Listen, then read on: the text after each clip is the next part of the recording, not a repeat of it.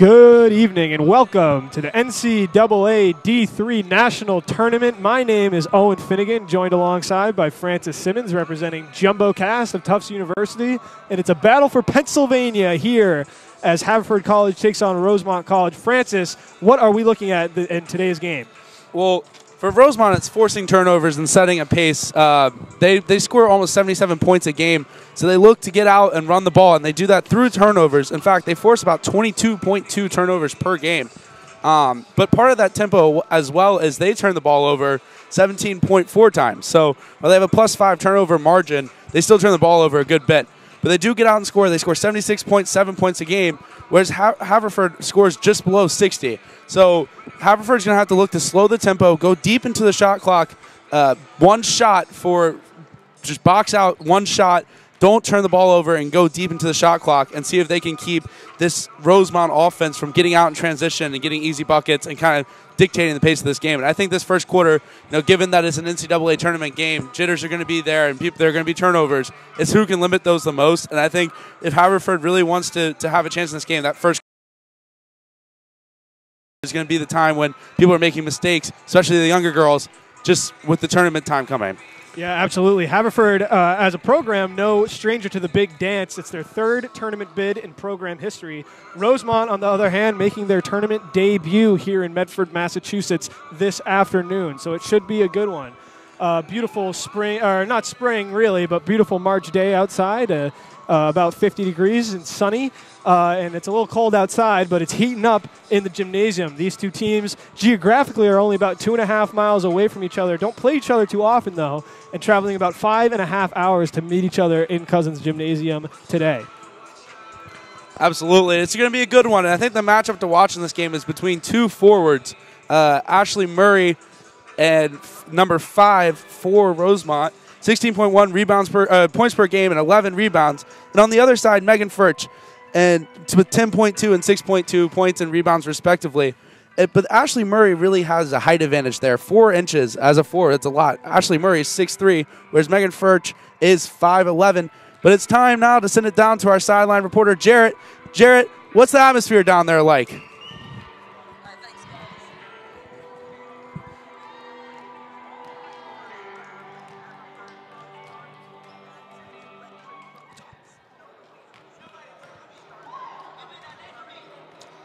Teams really are fired up. They're excited about this matchup. Look for both teams to focus on the inside matchup and get the game started quickly. I'm excited. I hope you guys are. Back to you guys. Well, thank you, Jarrett. We're going to take a brief break, and we'll be right back with starting lineups and the national anthem here shortly.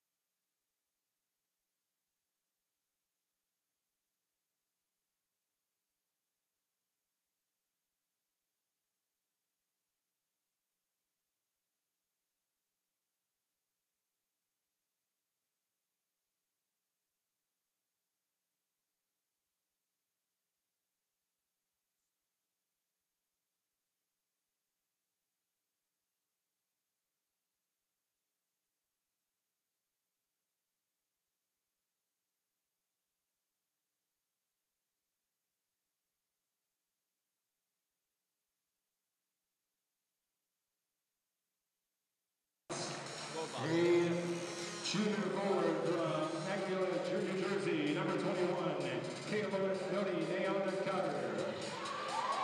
And from Haverford, junior forward from Haverford, number 2, Megan Birch. The head coach of Rosemont is Ray Rivers, assistant by Robbie Ladies, the head coach of Haverford is Bobby Morgan, assisted by George Shamash, Jim McDonough, Addie Lerner. Alrighty, starting lineups have been announced. Once again, my name is Owen Finnegan, joined alongside Francis Simmons, and we are delighted to bring you today's neutral site game of Haverford College Forwards versus the Rosemont College Ravens. Absolutely. We have our starting lineups here. For Haverford, it's going to be number 2, Katie Cook, number 10, Maddie Gallick, 21, Anna Sophia Capizzi, number 23, Macy Goldbach, and 32, Megan Furch. And she was my matchup for Haverford. And on the other side for Rosemont, we have Shirley Brown, Sean Dode, Ashley Murray, Ayana Thompson, and Kay Alohalani Naoni Carter. And that'll round out Rosemont. Thanks to my partner here, Owen, for a little help. Yeah, not too many surprises in these starting lineups about who we expected to for the fives on both ends of the court. Absolutely, and it should be a fun matchup. Rosemont coming out in their all black uniforms, and they will be heading across the timeline left to right where for this quarter, whereas Haverford is in their whites and will be heading right to left. We've got the Tufts University women's volleyball basketball team maybe scouting out the competition of who they might play tomorrow should they win later tonight at 7 p.m. Here's the tip. It's going to be Furch against Sean Dowd. And we already see that size advantage coming into play on the tip. Absolutely. Ravens win the tip, and it's going to be Ayana Thompson running point for Rosemont. Haverford comes out in a man-to-man here. This is Shirley Brown driving to the hoop. Dowd lays it in, but it's no good. Excuse me, that was Ashley Murray. Katie Cook for the Haverford side, bring the ball up the court. Rosemont also in the man-to-man here. Finds. Oh, that was that was Capizzi looking for the foul, didn't get it, and it's going to be Rosemont ball. And Haverford coming out in a little bit of a press here. It looks like a 2-2-1 that might turn into a man. Instead, they stay in the zone, just a little light pressure, and they will drop back into a man-to-man. Here's Naomi Carter, the top of the key. Swings it over to Thompson. Looks inside to Dowd. Back to Naomi Carter. Naomi Carter drives. Lays it in, no good. Good move, but it didn't find the basket. Both teams looking to push here early, getting good shots, and that's what you need to do in a tournament game. I know they're not falling, but get good, easy layups, get the jitters out, get the offense flowing. There's Maddie Gallick at the top of the key, looks inside to Furch. Furch kicks it out, and that's no good. That was a three by Macy Goldbach. Rebound controlled by Rosemont, swings it up to Murray. Deep three from Naomi Carter, and it's no good. So no scoreless about about a minute and a half into this first quarter. And that'll favor Haverford down the stretch. Like I told you, Rosemont likes to get out and push. If Haverford can limit turnovers and go deep into the shot clock like they have been, it's good for them. Capizzi looking around the key, can't penetrate. This is Cook here, leads the team in assists. She drives, kicks it outside. They'll try again, and it's no good. That was Capizzi. But again, that possession went 25 seconds into the shot clock, and this is the opposite. Easy fast break layup there, and that's what Rosemont will look to do. Yeah, Sean Dowd strikes first, and it's going to be 2-0 Rosemont. A little bit of a trap here. Drops back into a man-to-man, Rosemont does. Here's Katie Cook again, controlling traffic. Capizzi to Gallick. Gallick looking for something. It's going to be, they love that part. Yeah, there they go. They love that half of the court, and Katie Cook drains a three to take the lead. And Haverford back into that press. Beautiful outlet pass from Naomi Carter, and it's going to be good. Could have been a foul, too. That was Sean Dowd, her 4th points of the game. And Owen, I'm not a huge fan of the pressure there by Haverford. Your game is to slow the tempo, not speed the tempo up. And then when you press, it automatically speeds the tempo up, whether you get a steal or, they score or get a shot up. Yeah. I wouldn't be surprised if they dropped back into a half-court defense here. Yeah, not playing their game. That's going to be a foul, and I believe it was Murray, and it's going to be Capizzi headed to the line. They haven't announced. It will be on Murray. First foul of the game. And if you're Haverford, you want to get her out of the game. That's 16 points per game right there. Yeah, absolutely. First one drains.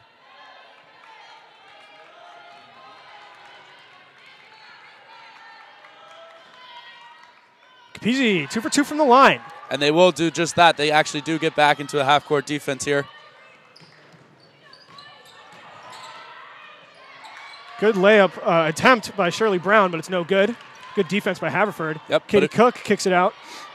If you're Rosemont, that's exactly what you wanted there. Goldbach to Capizzi. Capizzi back to Goldbach. They love shooting from this area. No good. Air ball controlled by Naomi Carter. A little early in the shot clock, Owen, for my liking, especially knowing Haverford's style of play. You can get that shot anytime in the shot clock. Ayana Thompson looks for a three herself. A lot of threes here. We're used to NESCAC basketball where there aren't a whole lot of threes. And each team shoots about 0.33% or 33% from the three-point line. So, and Haverford makes about 6, and so does Rosemont. So it would be about 18 threes shot by both teams this game.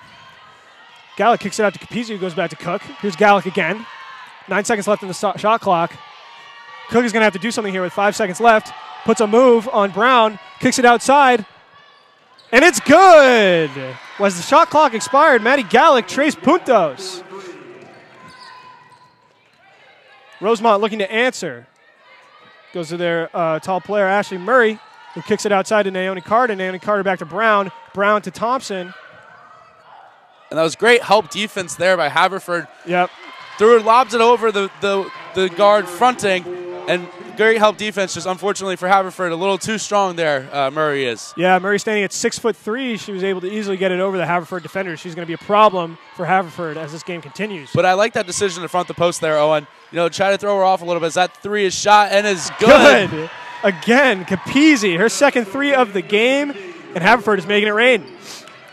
And personally, I didn't think we would have this high of a score, especially Haverford scoring 11 points within less than 5 minutes of this game. That's a travel.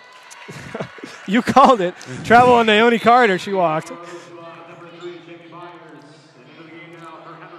But if anything, I would think the score would be opposite. Yeah. And Rosemont is getting out in transition and getting easy layups, but Haverford shooting these threes pretty early in the shot clock, some of them. And others, they're going deep into the shot clock. But, threes are falling.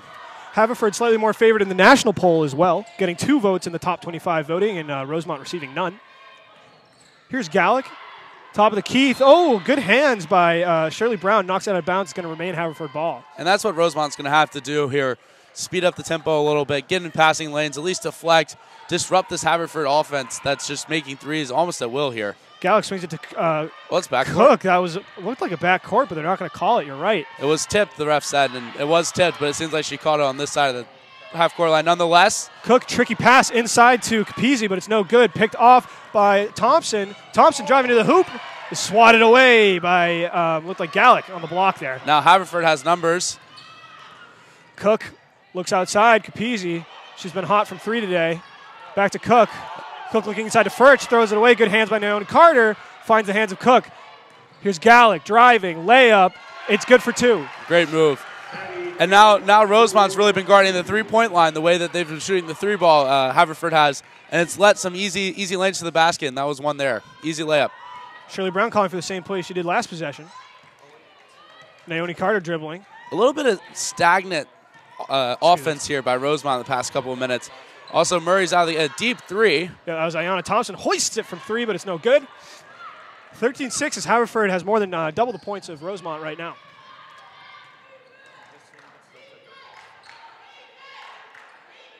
This is Juliana Clark in the game. New player for the Fords. Inside. Back outside. Here's Clark, steps in the game, and she takes 3 immediately, no good. They've shot a lot from that corner today. They see something they like from that corner. Cook calling for a play. First from the outside gets to Gallick. Gallick back to Cook. Cook inside. Furch is calling for it. Good defense by Rosemont to get Furch out of the paint. Here's Gallick again looking for something. 10 seconds on the shot clock.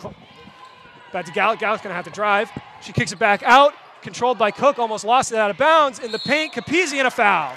And that's great ball movement there by Haverford. Swinging the ball, moving the ball around, getting deep into the shot clock, getting good shots. And I'm telling you, that the way they've been shooting threes early in this game has made Rosemont really get out, and it's led to some easy slashing lanes here. Yeah, good inside-outside play from Haverford that leads to another 2 points on the foul line. And there's a timeout in the game here with 3 minutes and 16 seconds left. Haverford is up 13-6 over Rosemont. We'll be back shortly after this.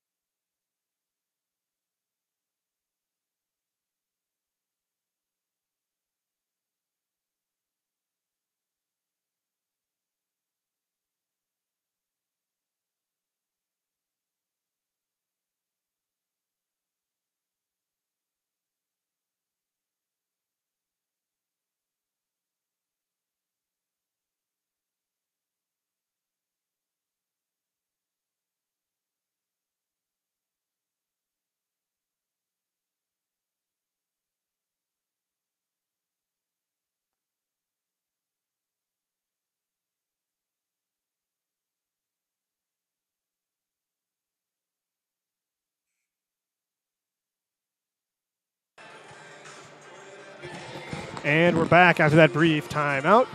Score is 13-6. It is the first quarter. In case any of you are unfamiliar with D3 women's rules, the women do play 4 quarters. Have a pair of free throws coming up here. I think it will be number 21, Capizzi. Yeah, it'll be Capizzi. Capizzi, one of 3 Haverford players to be selected for the All-Centennial team, alongside Macy Goldback and Megan Furch. And she's proved it here tonight so far. Absolutely. The first one makes. First one makes. It's going to be 14-6.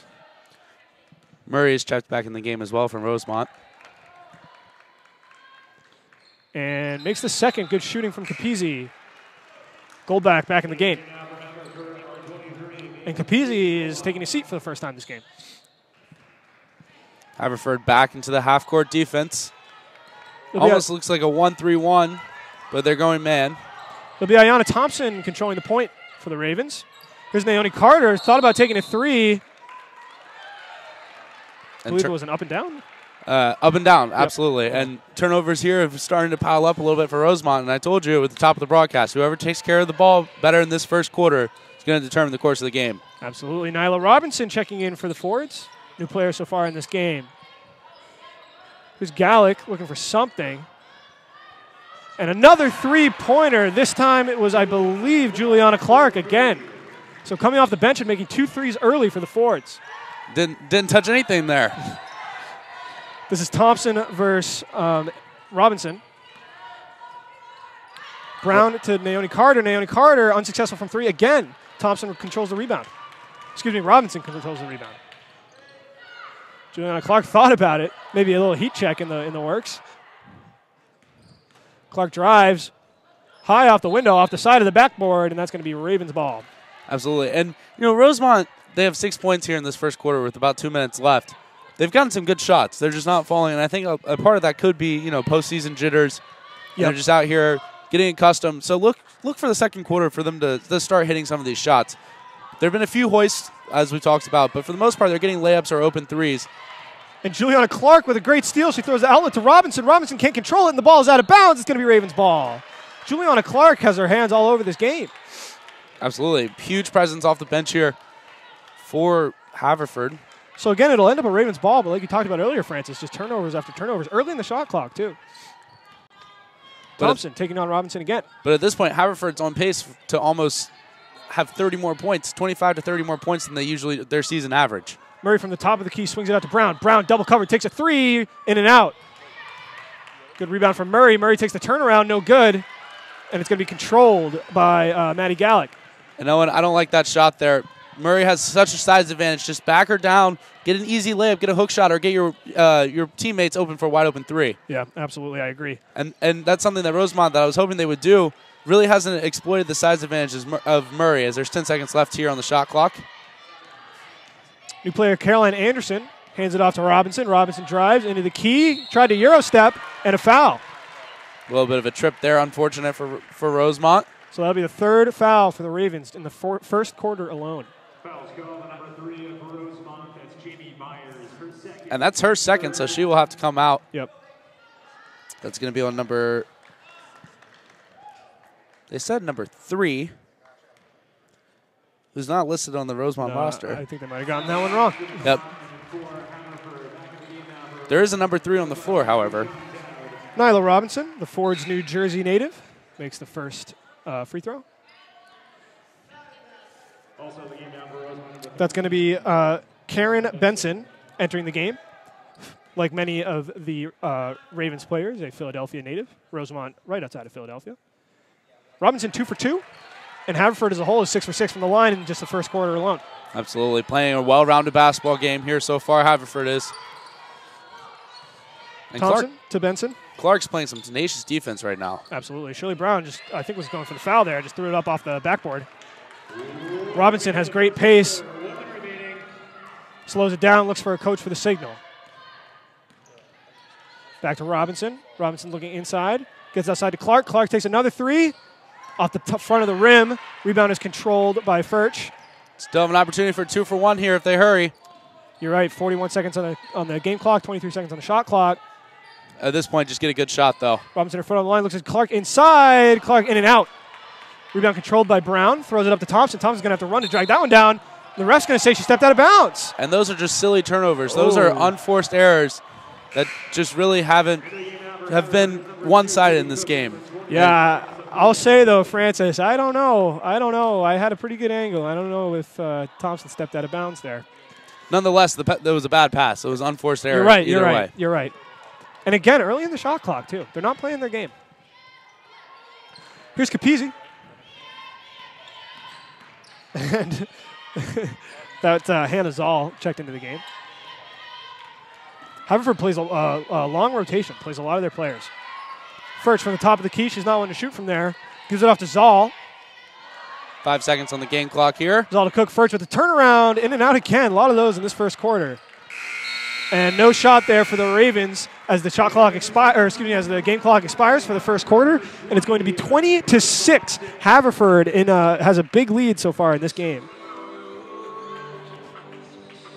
And for this break between the first and second quarter, we'll send it down to our sideline reporter, Jarrett. And Jarrett will have some insight on the game for us here. Thanks, guys. So, yeah, big first quarter for Haverford right there. Emphasis really on the second chances. Coach for Rosemont, Reber, is really saying that she needs to limit those second chances. She's very upset with her team's rebounding. There was one possession where Haverford had 3-4 second chances, and that's really making the difference, along with the hot shooting from behind the arc. Thanks, guys. Back to you. Thank you, Jarrett. We appreciate it. Exactly right. Second chances, threes, and turnovers have been killing Rosemont here, and it's kind of almost been a tale of two different teams. Haverford's the one that slows it down, and they have been getting deep into the shot clock, turns it over a good bit, but it's really been Rosemont who's been turning the ball over and who's hasn't really been taking great shots. To pivot here a little bit, though, just to go off what our friend and colleague Jared Davis said down on the sideline there, Raina Reber, the coach for Rosemont Ravens, that's a lot of alliteration there, has really done an amazing job with this program. Like we said before the game, it's their first appearance in the NCAA tournament in the team's history, as well as they are currently, you wouldn't guess it from the score right now, but are currently on a 19-game win streak, their longest in school history. So shout out to Coach Reber for the way he's turned around this program. Absolutely. And what I told you earlier, Owen, the thing is Rosemont's been getting some good shots. They haven't really been using the size of Murray as much as I would like to see them do. But they've been getting some layups, some open threes. Look for those to fall in the second quarter, and I think the gap will close at least significantly. All-Centennial player, That was Capizzi, another All-Centennial player. Furch can't control the rebound. That's going to be a bump on Capizzi. It's going to, I think, be the first foul on Capizzi. The ref fervently indicating that it was a bump. Naomi Carter, the trigger man, gets it to Ayanna Thompson. And Murray's back out of this game, which I find an interesting decision here. I feel like the size, she's needed down low. She's needed to get some points here. I agree. Naomi Carter inside, great find to Shirley Brown. Shirley Brown makes the layup for a quick 2 points. And Rosemont really needed that. They've been moving the ball decently well. They had some points of being stagnant there. Back to the full court press, too, and it pays off. And they're going to get another foul. This time it's on Capizzi again, actually. So Capizzi will check out for the likes of, I believe that's going to be Clark. It is. And Shirley Brown's going to be the trigger man. Trigger woman, I should say. And this is exactly what Rosemont needs to do. Get good shots and put pressure on this Haverford team. Make them force turnovers in this quarter and take care of the ball. Keep an eye on Naomi Carter here as Benson finds Thompson in the corner. Back to Benson at the top of the key. A little bit of stagnancy here. Get moving if you're Rosemont. Yep. Benson looks to make something happen. Double teamed. Good find to Brown, I believe, and that ball is going to be swatted by Maddie Gallick. And there's another turnover there. Yeah, Katie Cook's going to bring it up.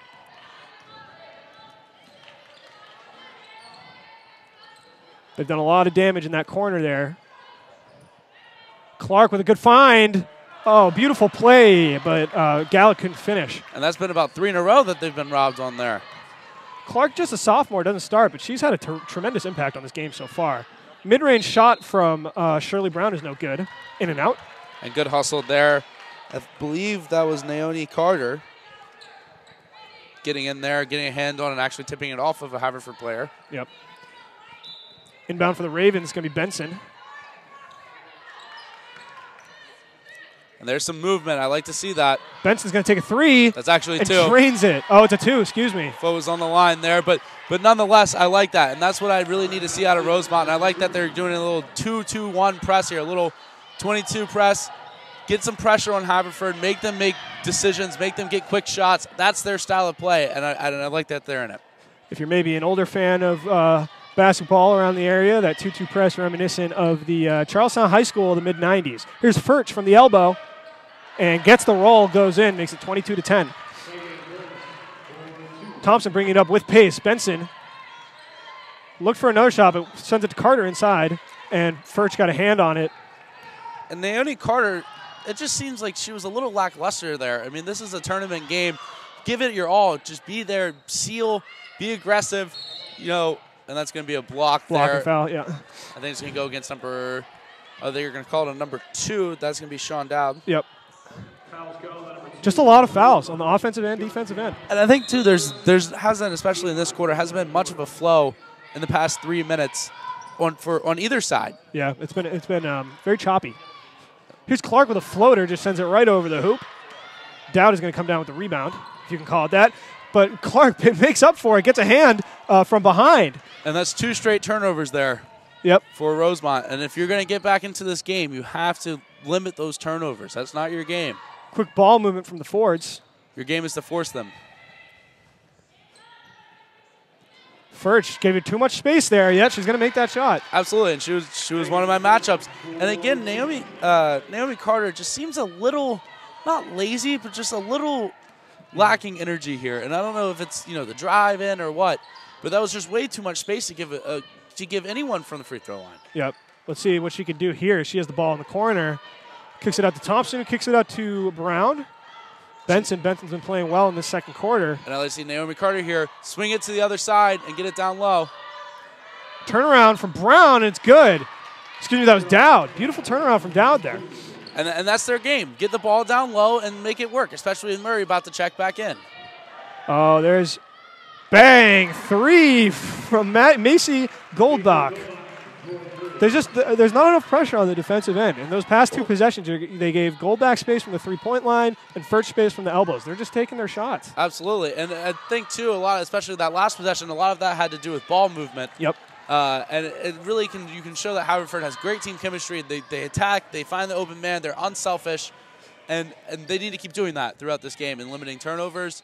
They're just playing all-around offense as that gets put up and Goal good. block. Back-to-back possessions with 3-pointers for the All-Centennial, and the score is 30-12 in favor of the Fords. Timeout, Rosemont. My goodness. Absolutely. 30-12 here with 5:51 left in the second quarter. We'll take a break with the teams, and we'll be right back after this.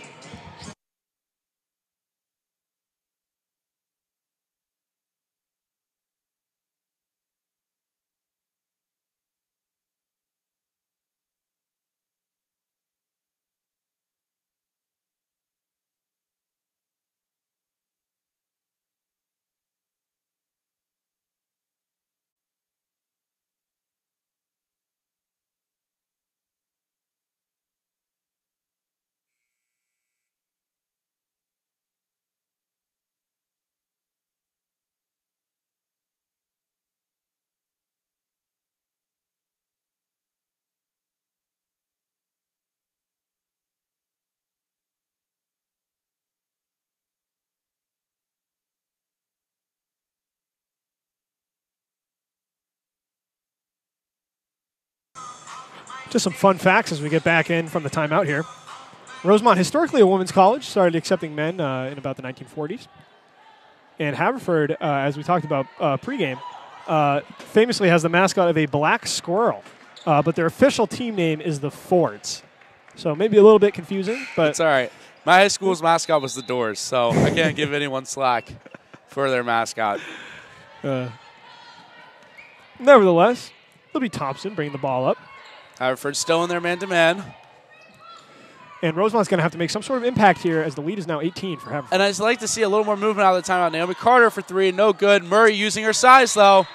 And that was a quick jump ball called there. Yeah, I don't know about that one. That was pretty quick. Nonetheless, good hustle there by Murray to get the ball and get that second chance. She's going to have a huge rest of this 5:33 to close this gap here. Yeah, absolutely. Naomi Carter, that three ball has not been falling for her so far in this game. Oh, a little miscommunication between Benson and Dowd there. And I think that's kind of been the epitome of this game. And, it looks like they're working a little better moving around out of this timeout, but they just seem to be a little out of sync, Rosemont does. Yeah, Naomi Carter throws it away. That's Juliana Clark, her second steal. Cook with the long pass to Goldbach. Goldbach thought about taking a three, but didn't. She should have at this point. And there'll be a whistle. And that's Murray's second. Now you get, you haven't had Murray in there for a while, and she will come out, actually. Yeah, you don't want to have fouls on Murray. That's Murray's second. Looks like Shirley Brown coming in. And Murray's For going to Benson. stay in the game. Playing with two fouls. Not Yeah, that big you're of a right. deal. We're in the second quarter, about halfway through, but Murray picks up that third foul. You're going to have to think that she's going to have to come out of the game.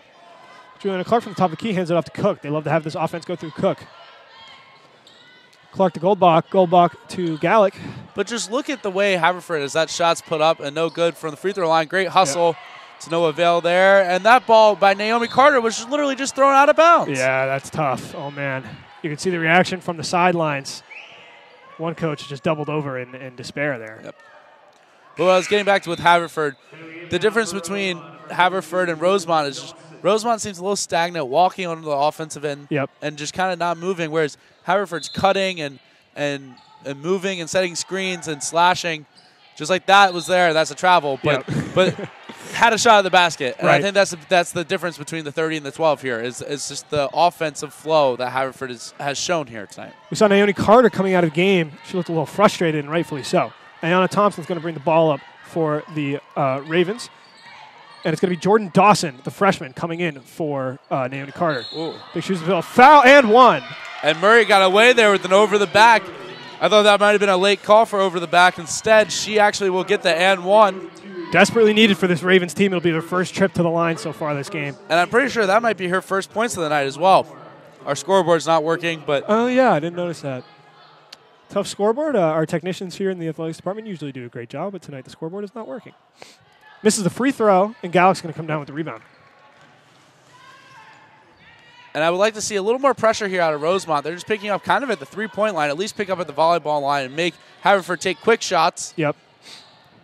Furch from outside drives in, almost loses her handle, and she eventually does. It was Shirley Brown who poked it out, I believe. But that was also tipped by number 4, Thompson there. That it was. So it'll be a Haverford ball. There's 4:24, so a little bit less than half of the second quarter left. Nyla Robinson checking in. She had a great stint in the first quarter. This Haverford bench has been doing a great job so far today between Clark and Robinson. Gallick to Goldbach. Defense closes out quickly. They don't want to take another three, so she'll drive to take advantage of that. Ooh, strange pass to Furbach. Got lucky there that it didn't get Furbach tipped. needs to attack that there, knowing that Murray, and that's a shot clock violation. Yep. But knowing that Murray has 2 fouls, you've got to take that to the cup. The worst case is you get blocked, and it's the same result as a shot clock violation. You lose the ball, but push Murray, make her foul you, make her get out of this game.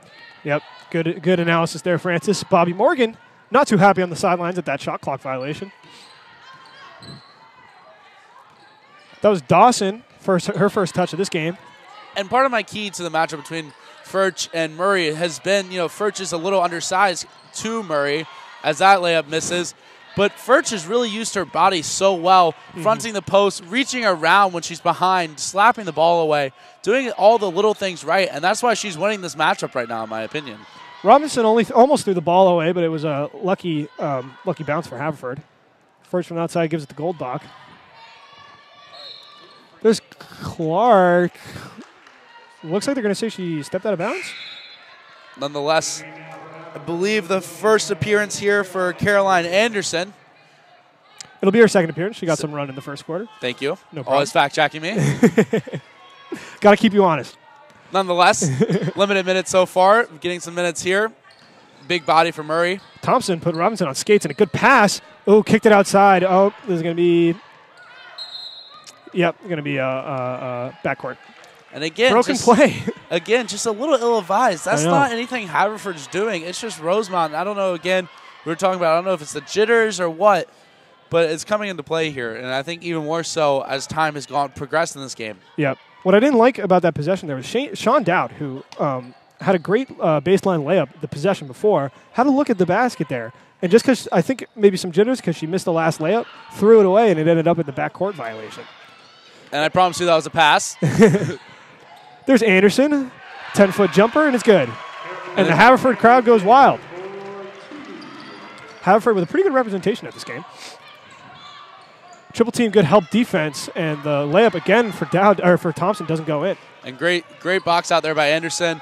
Straight up, didn't reach over the back. As that one's up, no good. Yeah, long two, airballed. A little early in the shot clock. It was a decent shot, and she's been hot, but if you want to keep this lead, take it well into the shot clock like you've been doing all night. Blows by Robinson in the and one as the foul is going to go on Caroline Thompson. Great play by Sean Dowd, who we were just talking about. Absolutely. And they're going to need more of that. They want to get back into this game. Yep. And Anderson was just a little late there when she slid over. She had her hands straight in the air. She just was still moving when she got there. And great awareness there by number 2, Dowd, to get to the basket and make the layup. So this will be 3 free throws for Rosemont this quarter, 0 for Haverford this quarter. Total numbers are going to be 6 free throws for Haverford, 3 for Rosemont. Excuse me, 2. And that one goes. Math is hard. And they do come back into a little bit of a pressure here. And I like that. Speed up the game, force turnovers, and see if you can cut into this deficit before halftime. Yeah, the press, especially at the end of the first quarter, was doing good things for Rosemont. So I'm glad they went back to it. If you're Rosemont here, you score the ball at will. And they have this season, 77 points per game. Yep. So if you're down by 15, if you can cut it to about 10 at halftime, 9 or 10 at halftime, and you get into the game like the crowd's getting into the game, and it's getting loud here in Cousins. Anderson with a shot clock at 2, and the and one, disastrous for Rosemont. Yep, it was just escalating. I was trying to tell you. Escalating, it seemed like this game was shifting a little bit, but nonetheless, that was a silencer there, the and one. Yeah, tough. Anderson hoping to extend the lead to 19 for the Forts. Three-pointer has not been kind to Rosemont today. 0 for 6 from behind the arc. And then I believe Rosemont will be shooting 2 free throws here. The 5th team foul on Haverford. I believe you're right. There will be 2 shots. And I think Naomi Carter will be taking them, and she will be. You know what I don't see on the floor is Murray. She's sitting on the bench. You're right. Who is on the floor, however, is Angel Ricks, a freshman from Philadelphia. Her first time seeing the court today. First one's good here. Little under 2 minutes left in the half. Just an early reminder to keep your computers or laptops or if you're watching on TV, your TV's on for halftime, as we'll be having our JumboCast halftime show hosted by Trevor Russo and Ethan Zaharoni. Naomi Carter misses the second free throw. The rebound is going to be controlled by Anderson, and Robinson is going to be taking it up. Anderson's had some great box outs here in the second quarter. She has. She's been played big in her limited time. Goldbach, it was a little bit of a broken play as Dowd tried to go for the steal, couldn't find it. Robinson from top of the key. Goldbach was open in the paint but didn't find her. Here's Clark driving outside to Robinson. Goldbach with it's had forever to shoot the ball, and Rosemont is probably happy that she missed that one. And absolutely. And this is what Rosemont's been missing this whole game, is that energy, that looking to push. That's their game. And I think they're finally getting into that. And I think the jitters are gone. And if they can get this game to about 10 points with going a 6-0 run here to end this half, they're still in position. Foul on Nyla Robinson. So it's going to be 2 for Rosemont.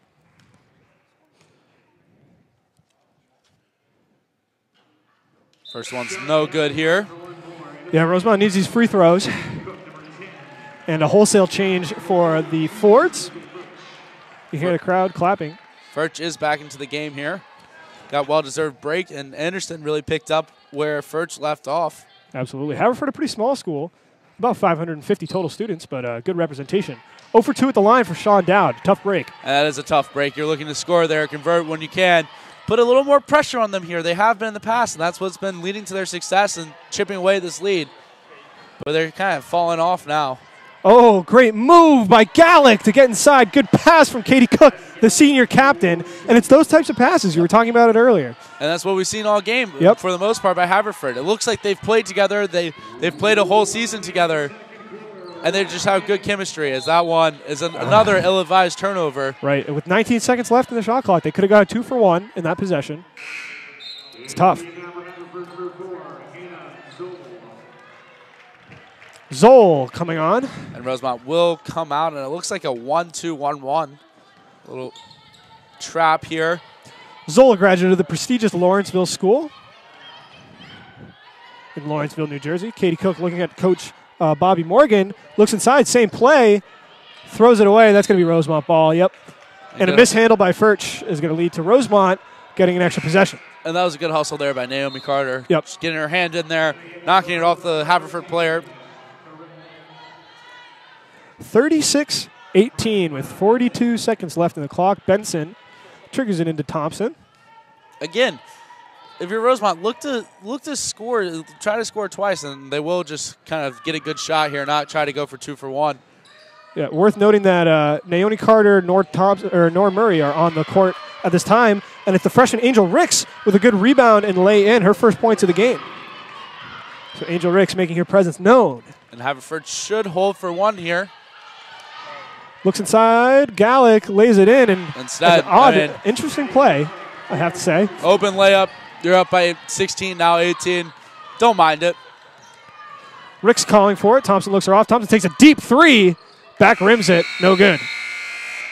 And that's the way the first half goes. Haverford up 38 over Rosemont 20. Right now the Battle of Pennsylvania leaning slightly southern in the direction of Haverford right now. It'll be a 15-minute halftime. We'll be back in about 5 minutes for the JumboCast halftime show, so don't go away. Thank you all for joining us, and we'll be back at the second half.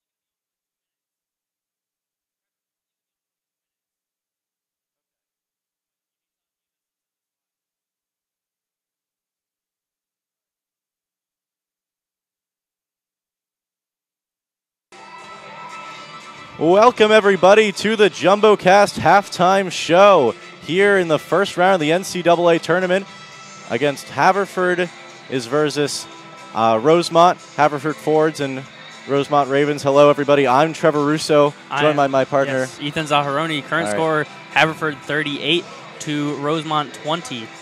And, you know, it's been sort of a dominant game on the part of Haverford so far. The first quarter was a score of 20-6. It's sort of evened out since then, but you know, a lot of problems arose for Rosemont in that first quarter, namely the effort on defense. Yes, it looked like Rosemont was just walking on defense, leaving a lot of open threes, especially a lot of corner threes wide open. Usually in the first quarter, Haverford had 1 to 2 players wide open to just shoot, and in the first quarter, Haverford was hot from beyond the arc. Yeah, Haverford shooting almost above 50% in that first quarter from 3 and from the field. Yeah. And that was really what propelled them. It seemed like they couldn't miss a three-point shot at that point. They've cooled off since then. They're at about 41. As well as Rosemont's defense has picked up a little bit in the second quarter, but still not at the level where it needs to be at. On offense, though, Rosemont still also not looking too great, forcing up a lot of pretty bad shots early in the shot clock that will not fall. Yeah, no, a lot of questionable shot selection, not much movement on offense initially.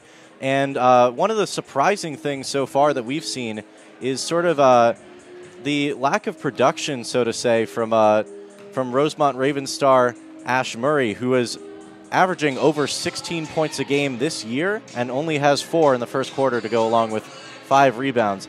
Ethan, is there any real factor to why she's not, you know, having the output that she usually does? Haverford plays really good defense on the inside, and Rosemont is just struggling on the inside. They're forcing up a lot of contested shots that just won't fall. A little bit unlucky on a couple of her layup attempts, though, going in and out. She needs to definitely pick it up, and Rosemont needs to put into a little bit more effort on defense if they want to have a chance to get back into this game. Yeah, she didn't end up playing a lot of minutes down the stretch of that first half. And yeah, we'll look to the second half. We'll bring it back to Francis Simmons and Owen Finnegan. Thank you all for watching the JumboCast halftime show. Haverford versus Rosemont is on. Second half is next.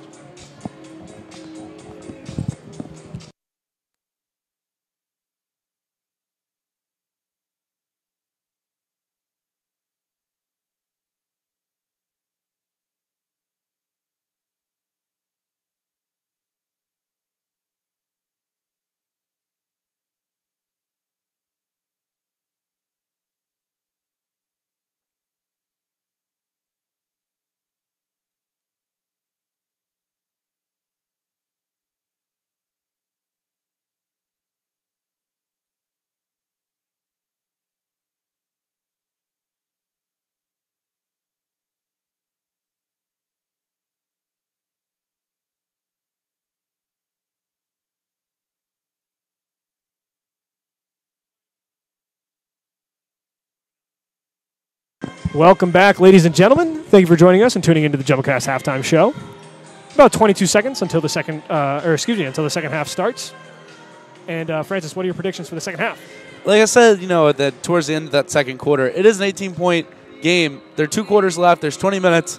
And if the way Rosemont plays, they can get back into this game. If they pressure, if they take good shots and they make their shots, and Haverford they force turnovers and Haverford coughs the ball up. I mean, I would like to see if Rosemont has a chance this game to be 8 points at the end of the third quarter. Yep. But the way Rosemont plays, what's encouraging if you're a Rosemont fan, is they get out, they score a lot, and they run. And so they're not out of this game at all. Absolutely.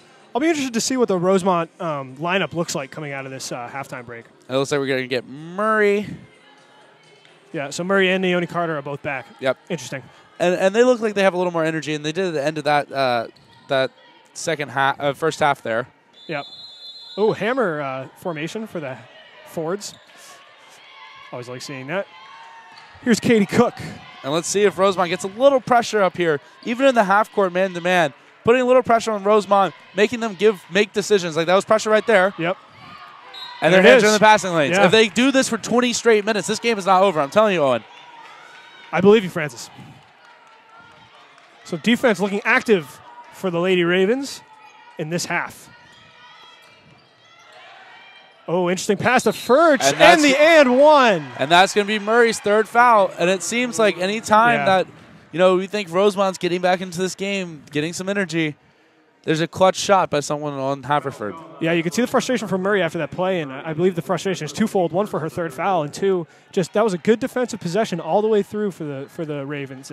And credit Haverford for that play. I mean, that was a beautiful play. The back screen rolled right off of it. Perfect pass, easy layup. Yeah, Bobby Morgan taking a page out of Carla Berube handbook. Here's Thompson, top of the key. You need a good shot here. Furch doing a good job, like I said at the beginning, and that shot is going to be blocked by Furch. Yeah. See, I like seeing Naomi Carter drive, though. That three-pointer wasn't falling for her in the first half. Absolutely, but what I was saying there is, there again, Furch is getting her hand on the ball, and she has done that at this whole game. See, I just don't think that was a smart pass, though. That was Thompson looking inside with three players. Oh, great defense. That's what they need. That's Dowd. Let's see if she can finish the layup. A little too much on it. But good defense. That's what they need. You're right. You talked about it coming into this half. Here's Cook calling a play. But going back to the Furch-Murray matchup, too, it just seems that Furch is getting her hands on everything. Just because she doesn't have the size advantage, she is just playing her heart out tonight. Yep. And it's shown. And she might not have the perfect stat sheet. I mean, she's scoring and getting rebounds. But the little things like getting Murray off the scoreboard, that's been huge. Totally. Here's Cook driving with 2 seconds left on the shot clock. She's just going to hoist one up. It's going to be a shot clock violation. Give Murray the credit for that rebound. Murray, of course, perhaps unsurprisingly, the leading rebounder for the Lady Ravens. I do want to give a quick thank you to all the viewers participating in the YouTube chat. We always like to have an engaged community here at JumboCast, so thank you all in advance for that. Here's Thompson from the corner. Dishes it to Brown. Brown looks inside. Tough shot off the corner of the rim. Looked good from here. And it looks like they're almost in a matchup zone there, Haverford. We'll see when they come back down. Cook to Capizzi. And again, that's that back screen. Yeah, Capizzi. Deep three. No good. They were falling for it in the first half. Lucky rebound. Here's Goldbach from the free throw line. Easy shot. No good. Furch almost got the rebound, but it's going to fall into the hands of, Ashley Murray. And if you're Rosemont, that's something you have to do. Yep. You have to, make sure that you box out and only let one shot because that's what kills you. Block by Furch. There was Naomi Carter going for the shot, but it was going to be blocked by Furch. Furch with, I believe, 3 blocks so far in today's game. I mean, that's what I said. She's filling up the stat sheet. She doesn't have many points, but she's been huge on the defensive end. She probably has about 6 or 8. Again, the scoreboard's not working for us.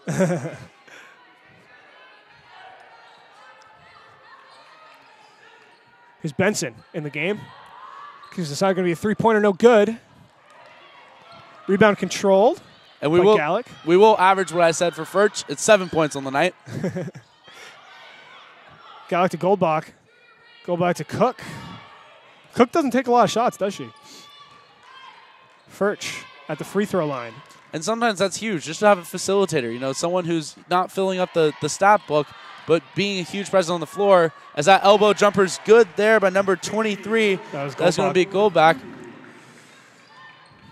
Goldbach, one of the leading scorers for the Fords tonight. And they are in a 2-3 zone, Haverford is.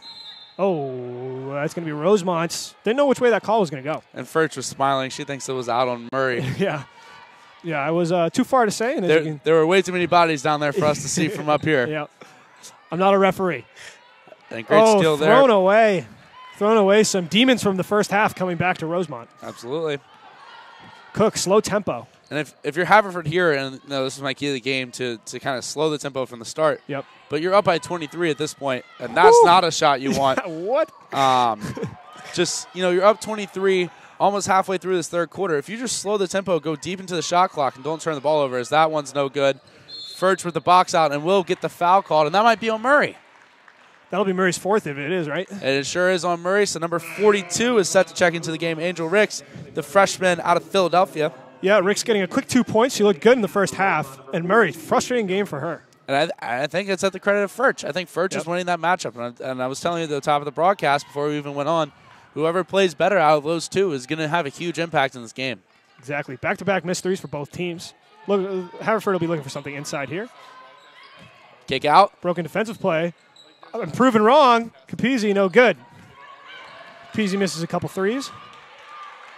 And Cook will slow it up again. Yeah, another second chance point for Haverford. We saw Jared Yeah. talking about that earlier. And that's a double-edged whammy, too, because now they're able to milk more shot clock and more game clock. Beautiful move by Furch. Oh, rims No out.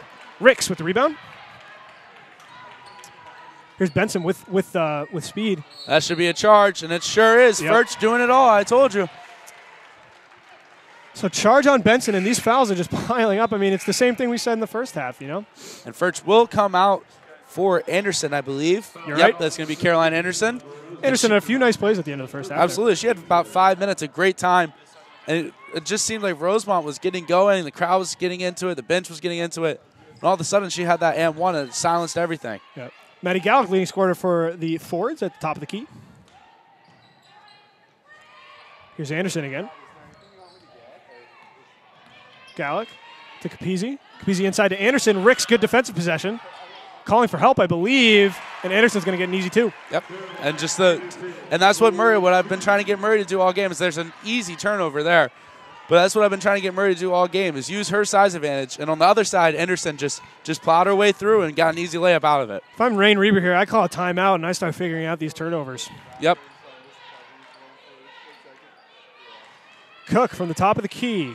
About 13 seconds left on the shot clock. Good press from Thompson. I do think we will get an under 5 minute. I think that is the rule in the NCAA tournament. It's a wide open three here. Boys, Capizzi looking like her first half self as she drains the three. Tres puntos. And she will call timeout here. Yep. It'll be a 30-second, and we'll take it with the teams. 48-20, Haverford with the lead. 4:52 left here in the third quarter. You're listening to JumboCast. We'll be right back.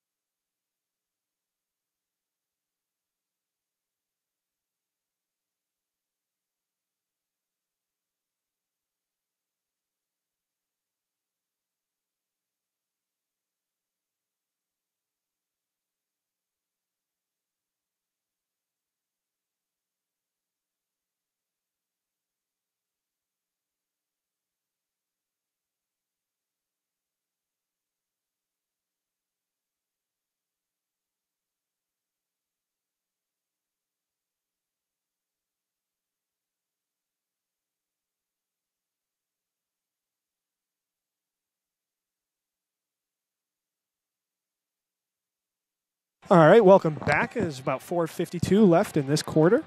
So, Francis, as we see Rosemont down big, 28 points here, as a basketball player yourself, what's it like when your team is down big? What does the coach say? What are the players saying?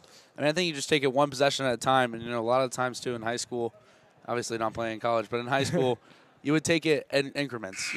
In 2 minutes, we want to get going a 4-0 run, cut it down to 24. And then by the end of the third quarter, we want to be down by 18.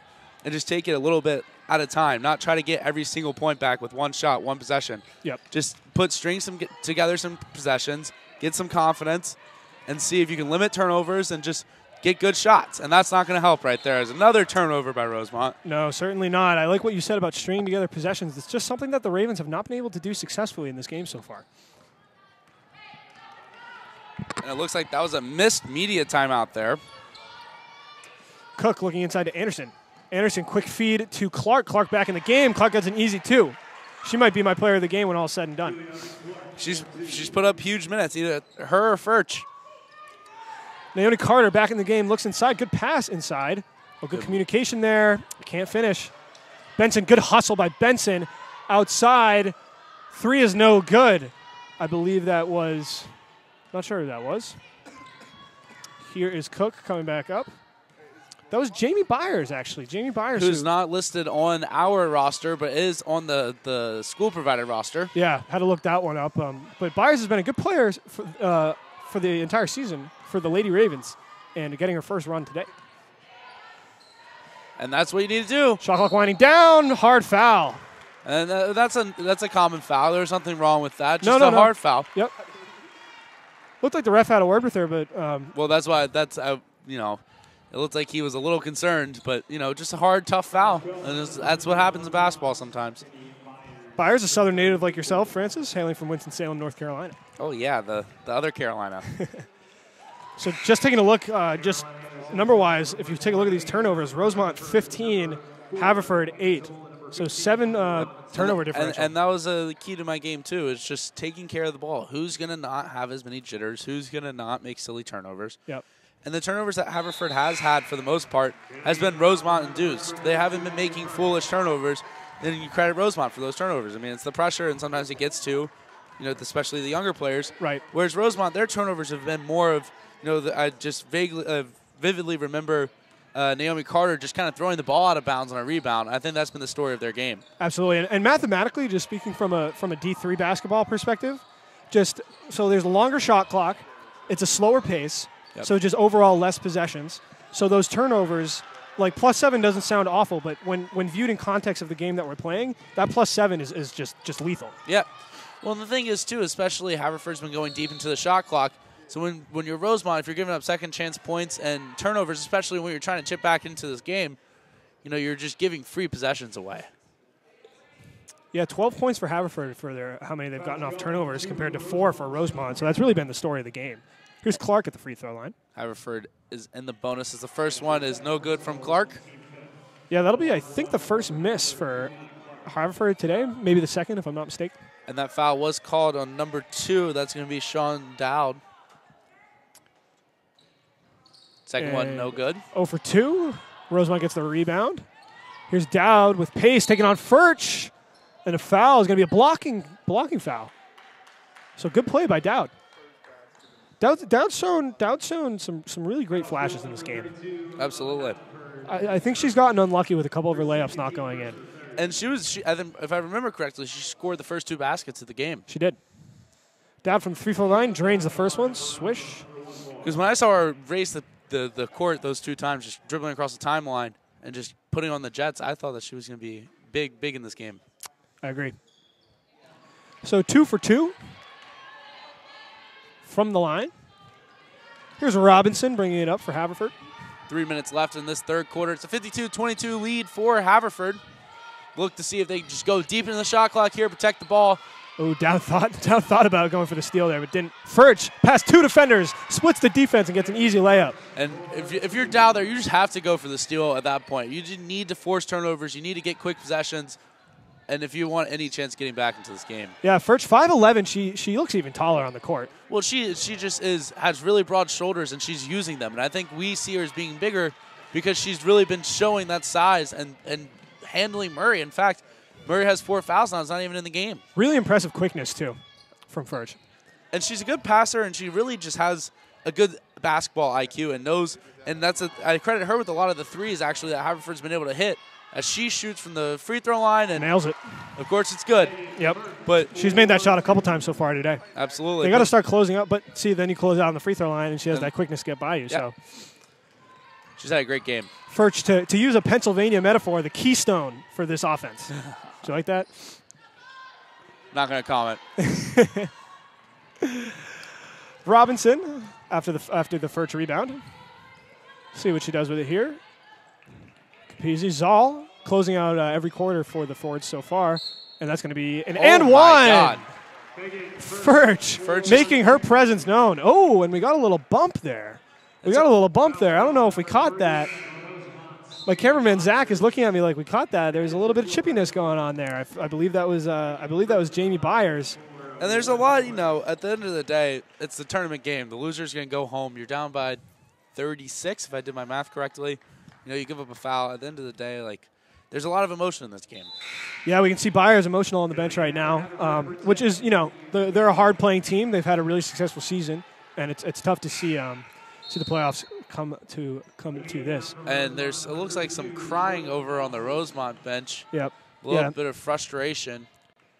And speaking of successful seasons, I don't know if we ever even said the full schedule record for Rosemont. 24-3 on the season, and 16-0 in the CSAC, so undefeated in conference play. They had a they had the CSAC Player of the Year was Ashley Murray. Ashley Murray also had a Texas State University transfer, or excuse me, Texas Southern University transfer. And Ayanna Thompson was the MVP of the CSAC Championship. So domination in their own conference. And Haverford will pull it out here and try to go deep into the shot clock. Trying to take care of the ball and hold on to this 37-point lead. Yep, about a minute left in the third quarter.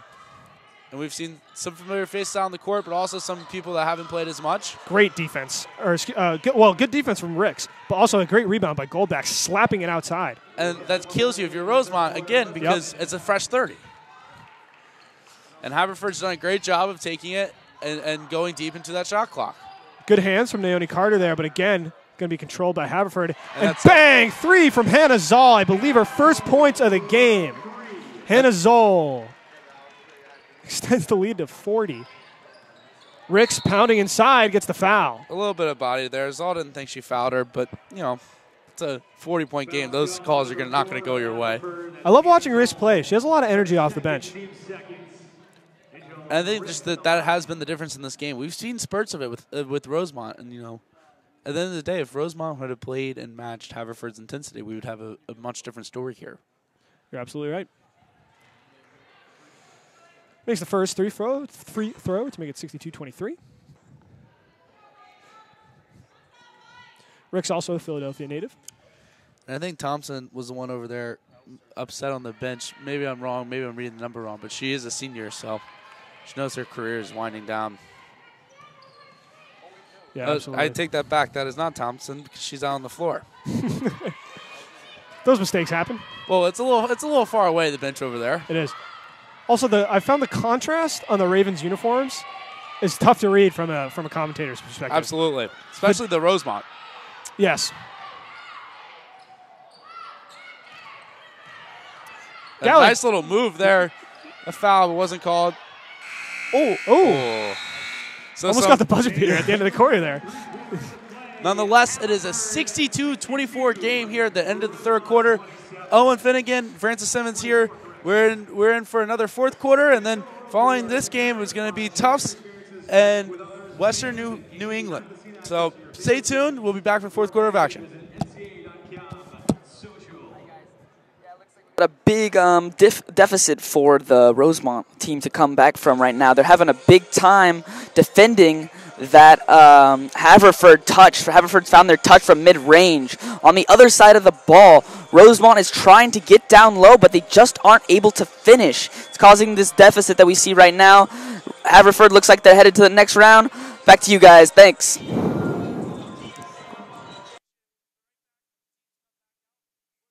Here from Cousins Gymnasium.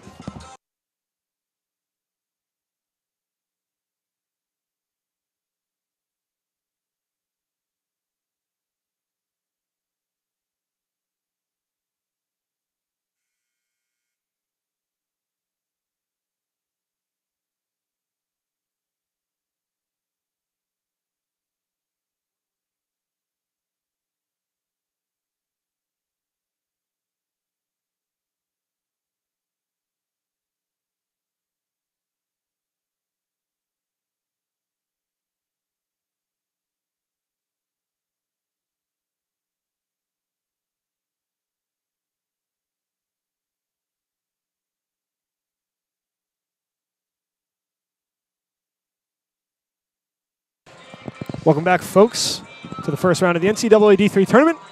Haverford versus Rosemont. Pretty commanding lead for Haverford. If everything holds, they should be advancing to the round tomorrow, like Jarrett mentioned. And at this point, now you have a decision, too. If you're the coach, Bobby Morgan, you just, you know you're playing tomorrow at this point. Yep.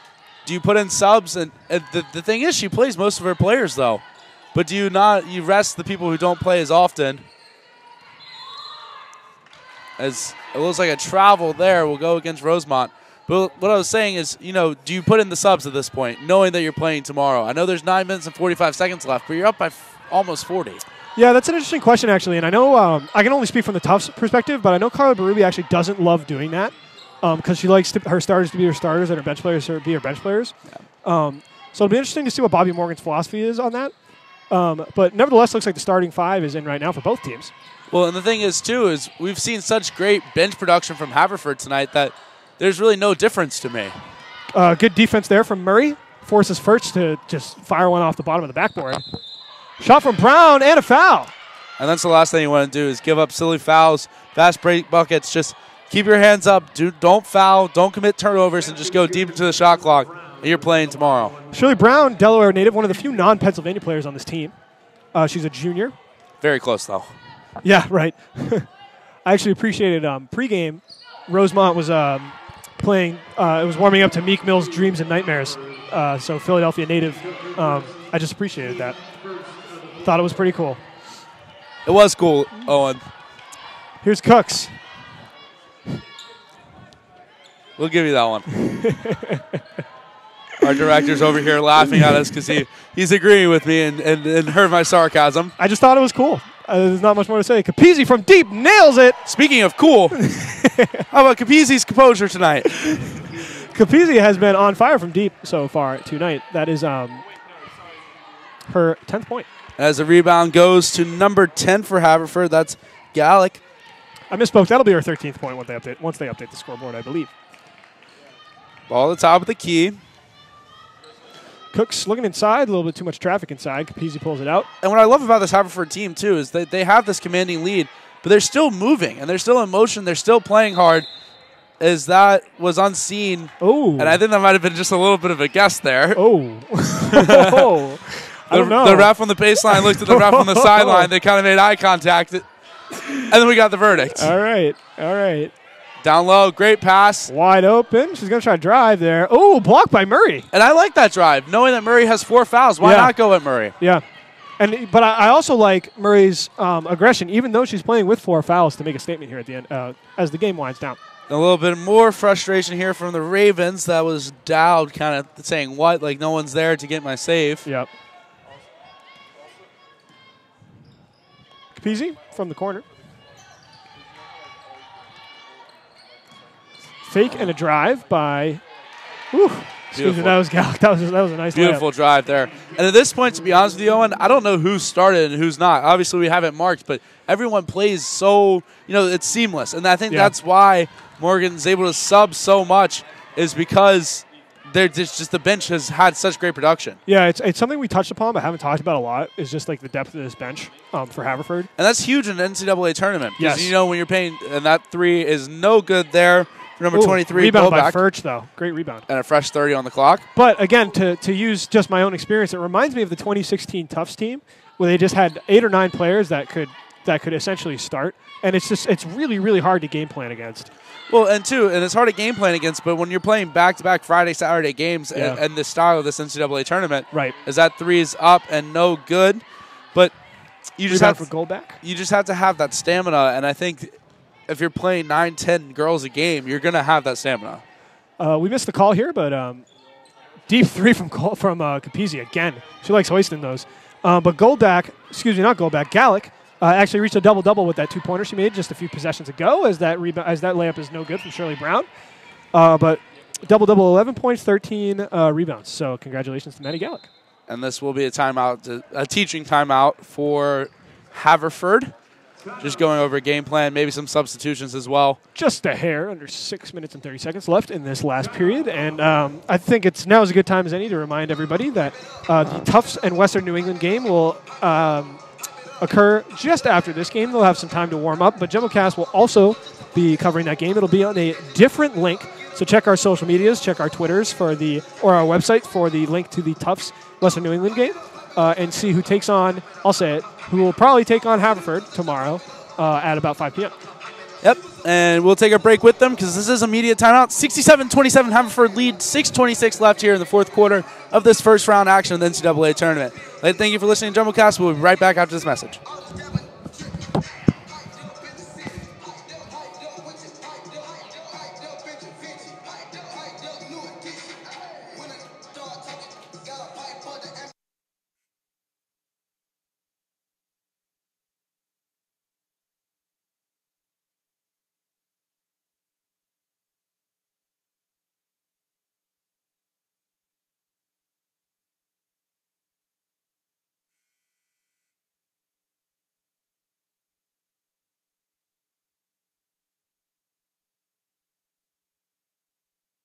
And we are back, folks. It'll be Furch to Capizzi. Capizzi not taking the three-pointer this time. And I'd like to thank my friends for going after me in the comments. Very nice of you, Squash Daily. Yeah, thank you, Squash Daily. 9 seconds. Shot clock winding down. Capizzi gives it to Furch. Furch right back to Capizzi. Capizzi takes a three. No good. Rebound to Thompson. Thompson driving with pace. Ball goes up and ball comes down. Good rebound, Murray. Can't get the putback. It's an interesting name, Squash Daily. I've never met someone named Squash. That was Jordan Dawson with the attempted three. We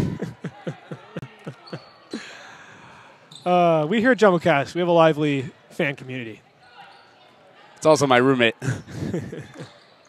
Gallic driving, baseline, turns it around, knocked out, and recovered by Dawson. Oh, Furch goes down. I was about to say get it to Murray, but it was knocked away by Capizzi. Should have taken advantage of that one. Furch will come out of the game. I've always thought that horn is unnecessarily loud. Yeah. That's a loud horn. I always liked it when I was coming into the game. It's a beautiful sound, but it also means you could be coming out as well. Yeah, hard angle there from Sean Dowd, but gets a two-pointer. And, oh, look, we got the women's team scouting the competitions, wearing their warm-up jerseys now, getting ready to play in just game slated to start in about 45 minutes, but it'll probably be a little bit later than that. I'd say bank on 7:15 if you're a fan at home.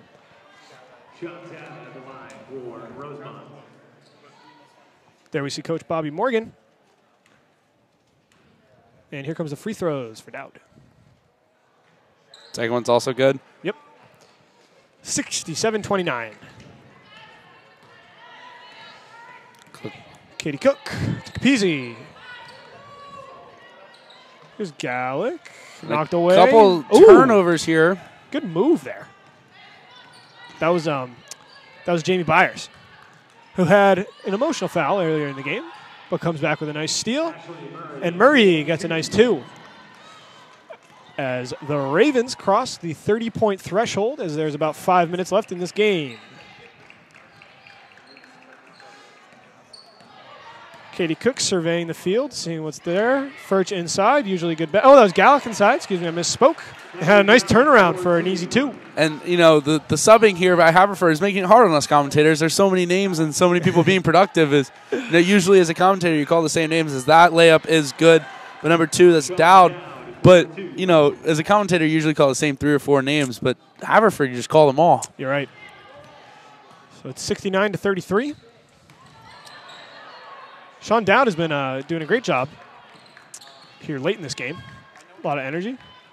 3 from Goldback off the back of the rim. Anderson can come down to the rebound. It's going to be going to Murray. Murray bounced around for a little bit, had a quick stint in a community college, then went to Texas Southern University and found her home here at Rosemont, winning CSAC Player of the Year. Just under 4 minutes left here in this fourth quarter. Nice pass inside baseline, turnaround from Thompson. That's a tough angle around. And I think there was like a squeak of a shoe or something. I thought I heard a faint whistle. Nonetheless, play on. And there will be another substitution timeout, so we won't take a break with them. Just the subs will come in. Yeah, it looks like Zoll, Robinson, and Goldback for... And very well deserved. Subs are coming in here. And, you know, it's something we talked about at the beginning of this quarter. When do you put in the subs, you know, playing tomorrow and everything else? So we actually have a new player for the Haverford side, so just like to say their name. It'll be the trigger woman for this play, Lauren Howard, the freshman from Williamstown, Massachusetts, so NESCAC territory out there, graduate of Mount Greylock High School. Western Massachusetts, a beautiful place. That's where I went to high school. That's right. So that layup's good. Benson, long pass to Dowd. Dowd's going to drive on Howard. Here's Dawson for 3. Close, but no. Yeah, it looks good from this angle. Sure did. 3 minutes and 15 seconds remaining as Robinson hands it off to Howard. Looks like some new subs set in, check in for Rosemont as well. Zoll taking ball handling duties. Here's Howard, her first offensive touch of the game. Over to Anderson. See if we get Howard a shot here. Zoll, as the shot clock's winding down, gives it to Anderson. Anderson puts the moves on Murray off the window, and it's good. And she's been huge in this game. I mean, I know it's a 40-point game, but she's really played well. Yeah, in her double limited digits. time. 10 and points. the coaches are all so excited. And this will be a substitution timeout, so there will be no break taken, but Murray will come out for the likes of, I can't get a read on the number here. Yeah, that's Angel Ricks, who has seen some playing time today. And it looks like number 20, Allison Bertle, the sophomore from Philly. Philadelphia charter graduate. It looks like there are only 4 people on the floor. That's an interesting strategy. Yeah. I haven't seen it work. And number 10 for Rosemont, that's going to be Kayla Griffin. Had her jersey, like her warm-up back on, and had to take it back off to come onto the floor.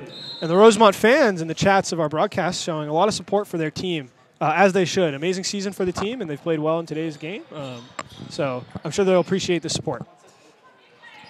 Ricks with the rebound, throws it up. Close, but no. Anderson rebound. And I'm not sure what the call was there. Maybe Francis can enlighten us. It looks like it's going to be, I don't know. I've never seen that before. Maybe pulling the arm down. It's crazy, especially in NESCAC basketball. You see sometimes the refs make calls, and you're like, I don't know what. The calls are right. I mean, obviously it's a foul, but how do you demonstrate that to the table? Oh, Benson with a pretty drive, but a little bit of a wild shot at the end there. No good. Robinson with the rebound. She's taking it down the court. Haverford up 40 with about 2 minutes and 20 seconds remaining. Howard dishes it to Anderson. Anderson from the top of the key hands it off to Clark. Clark has had a fantastic game for the Fords. And looking ahead as this Anderson, is another layup for Anderson, but looking forward to tomorrow for Haverford. Yep. They need to keep getting the ball down, whether it be Furch or Anderson, and kind of just working through the down low. And that's how they got so many threes at the beginning of this game and got out to this lead. There's a foul called there. I think it's going to go against number 4. Zoll. That's going to be Zoll if that is right, and that will be Ricks taking the free throws. But going back to what I was saying is Haverford, what they've done really well today is they've gotten the ball down low to Anderson and their bigs.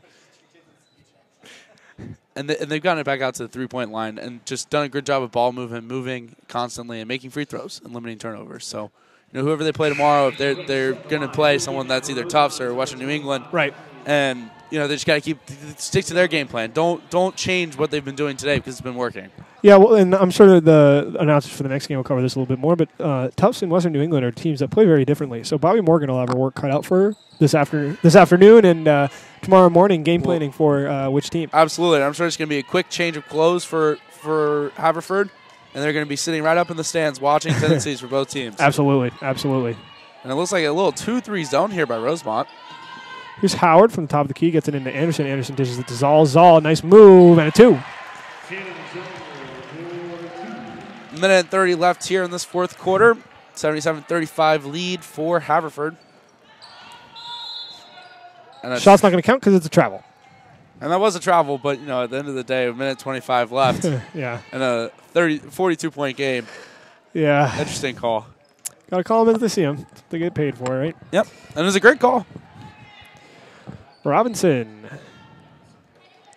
Ball spinning around the top of the key. Inside to Zoll. Back to Anderson. Outside to Clark. Clark goes to Howard. Howard fakes the shot. Robinson to Howard. Howard for 3. No good off the top of the rim. Rebounds controlled by Dawson. Dawson with pace. She didn't get a lot of playing time in the first half, but she's really been moving the ball well and had some energy as that one also goes in. Quick shout out to Angel Ricks. In the past 2 possessions, she has gotten the rebound and gone up for the putback, which has resulted in free throws and a 2-pointer. So Angel Ricks, I've been saying it all game. Great energy off the bench for the freshman. Bright future for the Ravens. Howard tries again. And it's good. That's good. And the Haverford faithfuls and the whole bench stood up. The Ford faithful. Yeah, you love to see a freshman, maybe a little less experienced player getting some points in a big moment. That didn't hit any rim at all either. It was a beautiful shot. Good hands by Zoll, but that's going to stay Rosemont ball. Actually, it's going to go to Haverford. There was no complaint there either, so I guess they saw something we didn't see. Really? Interesting. I agree with you on it. Okay. That's why we should, maybe next game we're going to be commentating. Right. Maybe we should put on the referee put on the suits. stripes. Yeah. Yep. The zebras, if you will. And the Haverford crowd applauding as this will more than likely be the last possession. Just going to dribble the ball out, shake hands. We'd like to thank you for listening here on JumboCast. This will be going final now. 80-37 win for Haverford. and they will move on to face the winner of Western New England and Tufts, which is a game to follow this probably in approximately 30 minutes or so. Yeah, 30 to 45 minutes. And as always, thank you all for watching the broadcast. We can't thank you enough for your support.